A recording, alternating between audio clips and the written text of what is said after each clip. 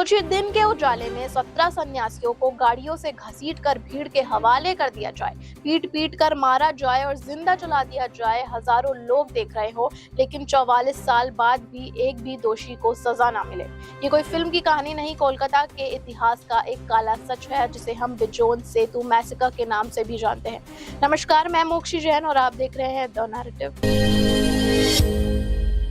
30 अप्रैल 1982 कोलकाता की एक ऐसी तारीख जो आज भी सवाल बनकर खड़ी है। इसी दिन आनंदा मार्गा के 16 साधुओं और एक साध्वी को बैलीगुंगे के पास भीड़ में मारकर जिंदा जला दिया गया। वो तिलजला में कॉन्फ्रेंस के लिए जा रहे थे, लेकिन उन्हें मंजिल से पहले मौत मिल गई। सबसे बड़ा सवाल, इतना बड़ा नरसंहार, इतने गवाह, फिर भी ना ही कोई गिरफ्तारी और ना ही कोई इंसाफ। उस सुबह सब कुछ आम लग रहा था। 17 त्यागी टैक्सी में निकले, लेकिन बिजोन सेतु के पास गाड़ियां रोकी गई, उन्हें घसीटा गया, भीड़ जमा हुई और कुछ ही पल में सब कुछ क्रूर हिंसा में बदल गया। हत्या 3 अलग जगहों पर हुई, हजारों लोगों ने देखा, लेकिन अगर सब गवाह थे तो आखिर कातिल कौन था और आखिर वो पकड़े क्यों नहीं गए? यहाँ से सिर्फ ये कहानी मॉब वायलेंस की नहीं है, ये एक पॉलिटिकल मिस्ट्री बन जाती है। आप समझिए आनंदा मार्ग को, ये सिर्फ धार्मिक संस्था नहीं थी, बल्कि एजुकेशन, सेवा और प्राउड यानी कि प्रोग्रेसिव यूटिलाइजेशन थ्योरी जैसे सोशियो इकोनॉमिक मॉडल पर काम करती थी। सपोर्टर्स कहते हैं कि इसी आत्मनिर्भर सोच की वजह से वो पॉलिटिकल टारगेट बने।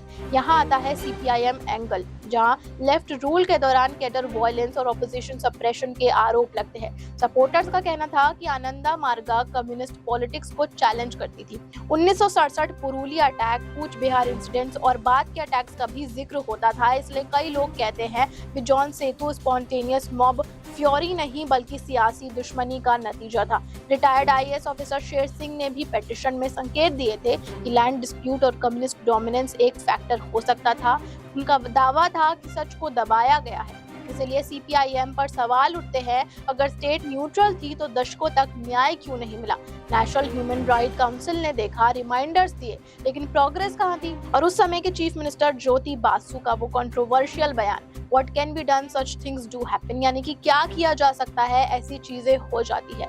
कई लोगों के लिए ये सिर्फ बयान नहीं, सिस्टम की संवेदनशीलता पर सवाल बन गया। 2012 में जुडिशियल कमीशन बनी, इन्वेस्टिगेशन रिवाइव हुई, लेकिन जस्टिस फिर भी अधूरा रह गया। और यही टीएमसी पर भी सवाल उठते हैं। लोग कहते हैं, अगर लेफ्ट ने न्याय नहीं दिया तो बदलाव का दावा करने वाली टीएमसी ने भी न्याय क्यों नहीं दिलवाया? कमीशन बनी, हियरिंग्स हुई, लेकिन जजमेंट कहाँ थी? यानी आरोप ये भी है कि दोषी सिर्फ एक पार्टी नहीं, पूरा पॉलिटिकल सिस्टम ही इस सच से भागता रहा। इसी बीच गंगाधर भट्टाचार्य का नाम भी सामने आता है, जिनकी पत्नी का दावा था कि ईमानदारी की कीमत उन्होंने जान देकर चुकाई। अगर ये आरोप सही है तो सवाल और गहरा हो जाता है कि क्या सच बोलने वालों को भी चुप करा दिया जाएगा? और इसीलिए बिजोन सेतु सिर्फ एक मैसेकर नहीं, एक जिंदा घाव बन गया। हर साल 30 अप्रैल को मौन जुलूस निकलता है, देश प्रिय पार्क से बिजोन सेतु तक मार्च होती है। नारे कम होते हैं, यादें ज्यादा होती है, और हर साल वही सवाल दोबारा उठता है। 17 सन्यासी दिन के उजाले में जला दिए गए, फिर न्याय कहाँ गया? बिजोन सेतु मैसेकर सिर्फ इतिहास नहीं, सिस्टम पर एक दाग है। आरोप है सीपीआईएम के दौरान सच दबाया गया, और सवाल है टीएमसी ने भी पूरा न्याय क्यों नहीं दिलाया?